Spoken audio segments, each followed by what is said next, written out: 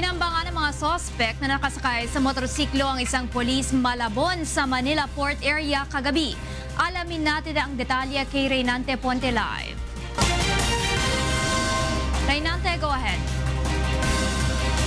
Yes, Rina, isinugod nga sa malapit na hospital si Police Officer 3 Romel Abaro matapos nga itong pagbabarilin ng mga naka-helmet na mga gunmen dito sa may Radial Road 10 Bridge dito sa Port Area, Manila bandang alas 8:45 kagabi.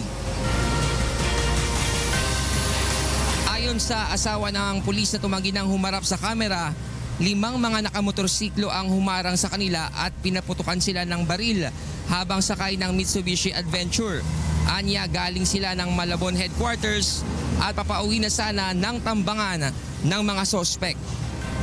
Sa likod, sa gilid, at sa harapan. May gumano na sa amin, yung babanggain sana namin. Iniwasan kami. Tapos babalikan kami. Paputok ka na. Para ang daming pumuputok sa likod. Tapos salamat na rin kami yung mga gamit namin sa sakyan. Mga TV, kasi nagkakot kami.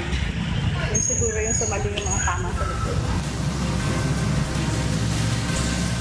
Rina, iniinto ng pulis ang sasakyan sa tulay at tumakbo pa ito sa squatters area habang nakikipagbarilan sa mga sospek.